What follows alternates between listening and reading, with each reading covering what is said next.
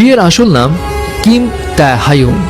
V 30 December 1995-এ south কোরিয়ার ডায়েগু শহরে একটি কৃষক পরিবারে জন্মগ্রহণ করে।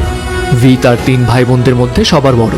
তার পরিবারের ফিনান্সিয়াল অবস্থা খারাপ হওয়ার কারণে ভি এর বাবা মা দুজনেই কৃষিকাজ করতেন। দ্যাটস ওয়াই ভি এর সঙ্গে তাদের খুব বেশি সময় কাটানোর সুযোগ হতো না, এবং ভি কিন্তু এই কারণে ছোটবেলা থেকেই তার দাদির কাছেই বড় হয়েছিল। ভি এক ইন্টারভিউতে জানিয়েছিল তার দাদি তাকে 14 বছর ধরে লালন পালন করেছে এবং তার দাদি তার অনেক কাছের একজন মানুষ ছিলেন। এনিওয়ে, কৃষক পরিবারে বেড়ে ওঠায় ভি এর ছোটবেলায় কোনো বড় স্বপ্ন তো ছিল না। সে খুব ছোট থেকেই ধরেই নিয়েছিল বড় হয়ে সে তার বাবার মতোই কৃষক হবে। বাট ভি এর এই চিন্তা ভাবনা টোটালি পাল্টে যায় যখন ভি তার বাবার ইন্সপিরেশনে স্যাক্সোফোন বাজানো শেখা শুরু করে। আর ব্যাস তখন থেকেই তার ভিতরে মিউজিকের প্রতি আগ্রহের বীজ একটু একটু করে বোনা শুরু হয়।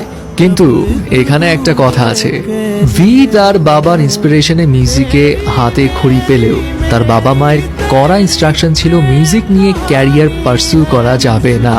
তবে ভি যখন ক্লাস 9-এ পড়ে তখন তার লাইফে আসলো আনপ্রেডিক্টেবল একটা টার্নিং পয়েন্ট।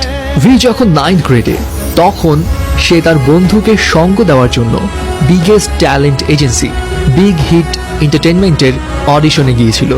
ভি এর কিন্তু সেখানে অংশগ্রহণ করার কোনো পরিকল্পনাই ছিল না, সে জাস্ট তার ফ্রেন্ডের জন্যই গিয়েছিল। কিন্তু হঠাৎ করে বিগ হিট এন্টারটেইনমেন্টের একজন সদস্য ভি কে ওই শোতে পার্টিসিপেট করতে বলে। ভি অংশগ্রহণও করে। সারপ্রাইজিং বিষয় হচ্ছে, যেই মানুষটার পার্টিসিপেট করার কোনো প্ল্যানই ছিল না সেই মানুষটাই একমাত্র পুরো শহর জুড়ে সিলেক্ট হলো। ব্যাস এরপর আর কি, ভি তার বাসায় তার বাবা মাকে সামহাউ বুঝিয়ে শুনিয়ে ট্রেনিং ক্যাম্পে যাওয়ার জন্য পারমিশন নিল। কিন্তু আমরা তো জানি কে পপ ইন্ডাস্ট্রিতে নিজেকে প্রুভ করতে হলে ট্রেনিং পিরিয়ডটা কতটা কঠিন হয়।